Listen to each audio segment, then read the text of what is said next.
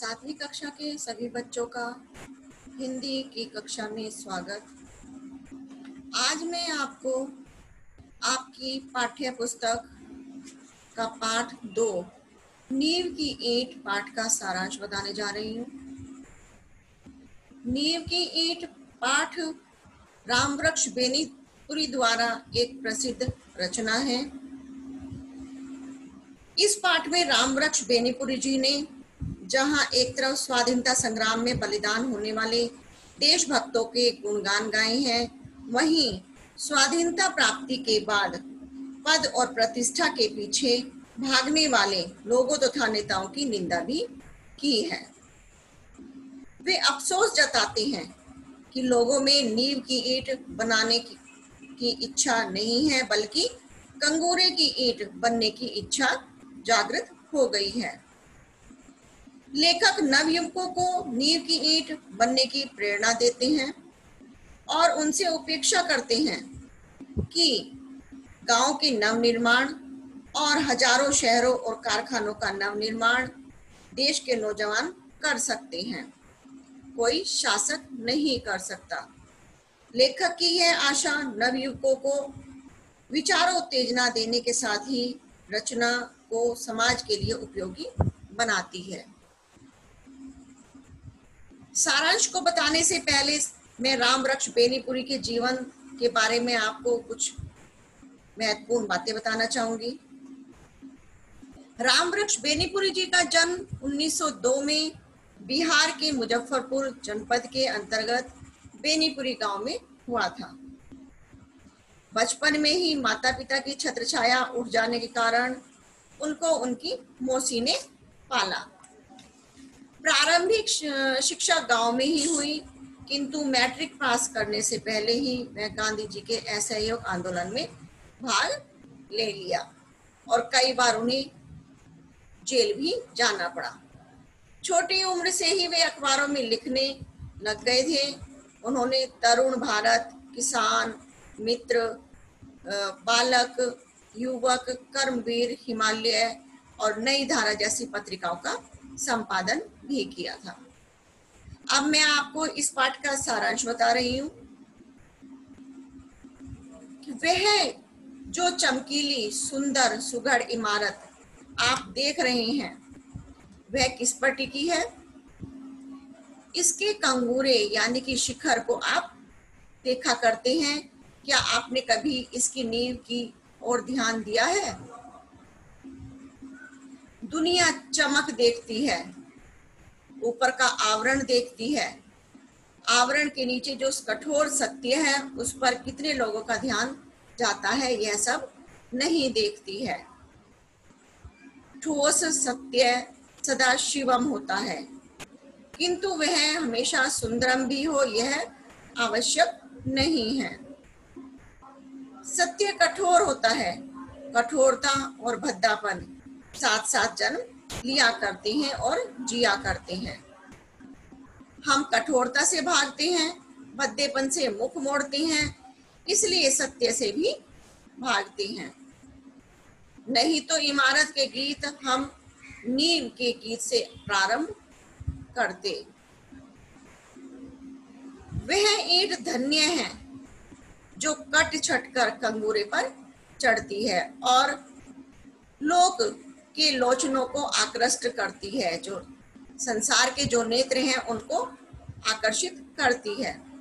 किंतु धन्य है वह ईंट जो जमीन के साथ हाथ नीचे जाकर गड़ जाती है और इमारत की पहली ईंट बनती है, क्योंकि इसी पहली ईंट पर उसकी मजबूती और पुख्तेपन पर सारी इमारत की आस्ती नास्ती निर्भर करती है। उस ईंट को हिला दीजिए, कंगूरा बेतहाशा जमीन पर आ गिरेगा। कंगूरे के गीत गाने वाले हम आइए अब नींव के गीत गाएं। वह ईंट जो जमीन में इसलिए गड़ गई कि दुनिया को एक सुदृढ़ इमारत मिले और उसे कंगूरा मिले। वह ईंट जो सब ईंटों से ज्यादा पक्की थी, जो ऊपर लगी होती तो कंगूरे की शोभा 100 गुनी कर देती है। किंतु जिसने देखा इमारत की पायदारी टिकाऊपन उसकी नींव पर निर्भर होती है, इसलिए उसने अपने को नींव में अर्पित किया। वह ईंट जिसने अपने को 7 हाथ जमीन के अंदर इसलिए गाड़ दिया कि इमारत 100 हाथ ऊपर जा सके। वह ईंट जिसने अपने लिए अंधकूप इसलिए कबूल किया कि ऊपर के उसके साथियों को स्वच्छ हवा मिल सके, सुनहरी रोशनी मिल सके। वह ईंट जिसने अपना अस्तित्व इसलिए विलीन कर दिया कि संसार एक सुंदर सृष्टि को देखे, सुंदर संसार को देखे। सुंदर सृष्टि हमेशा ही बलिदान खोजती है, बलिदान ईंट का हो या व्यक्ति का। सुंदर समाज बने इसलिए कुछ तपे तपाए लोगों के मूक शहादत का लाल सेहरा पहनना है। शहादत और मौन मूक, जिस शहादत को शोहरत मिली, जिस बलिदान को प्रसिद्धि प्राप्त हुई, वह इमारत का कंगूरा है, मंदिर का कलश है। ईसा की शहादत ने ईसाई धर्म को अमर बना दिया। आप यह भी कह सकते हैं कि किंतु मेरी समझ में ईसाई धर्म का अमर बनाया उन लोगों ने है जिन्होंने उस धर्म के प्रचार में अपने को कुर्बान कर दिया। उनमें से कितने जिंदा जलाए गए, कितने सूली पर चढ़ाए गए और कितने वन वन की खाक छानते हुए जंगली जानवरों का शिकार हुए। कितने उसमें भी भयानक भूख प्यास के शिकार हुए। उनके नाम शायद ही कहीं लिखे गए हों, उनकी चर्चा शायद ही कहीं होती हो, किंतु ईसाई धर्म उन्हीं के पुण्य प्रताप से फल फूल रहा है। वे नील की ईंट से, गिरजाघर के कलश उन्हीं की शहादत से चमकते हैं। आज हमारा देश आजाद हुआ सिर्फ उनके बलिदानों के कारण नहीं जिन्होंने इतिहास में स्थान प्राप्त कर लिया है। देश का शायद ही कोई ऐसा कोना हो जहां कुछ ऐसे दधीची नहीं हुए हों जिनकी हड्डियों के दान ने ही विदेशी वत्रासुर का नाश किया हो। हम जिसे देख नहीं सके वह सत्य नहीं है, ढूंढने से सत्य मिलता है। हमारा काम है धर्म, जिसकी नींव की ईंट की ओर ध्यान देना है।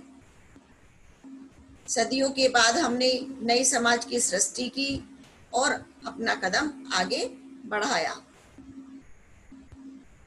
इस नए समाज के निर्माण के लिए भी हमें नींव की ईंट चाहिए, पर अफसोस कंगूरा बनने के लिए चारों ओर होड़ाहोड़ मची हुई है। नींव की ईंट बनने की किसी की भी इच्छा नहीं है। यह इच्छा सबकी लुप्त होती जा रही है, समाप्त होती जा रही है। 7 लाख गांव का निर्माण, नवनिर्माण, हजारों शहरों कारखानों का नवनिर्माण, कोई शासक इसे संभाल नहीं सकता। जरूरत है ऐसे नौजवानों की जो इस काम में अपने को चुपचाप खपा दे, जो एक नई प्रेरणा से अनुप्राणित हो, एक नई चेतना से अभिभूत हो, जो शाबाशियों से दूर हो और दलबंदियों से अलग, जिनमें कंगूरा बनने की कामना न हो, कलश कहलाने की जिसमें वासना न हो, सभी कामनाओं से दूर, सभी वासनाओं से दूर हो। उदय के लिए आतुर हमारा समाज चिल्ला रहा है कि हमारी नींव की ईंट किधर है।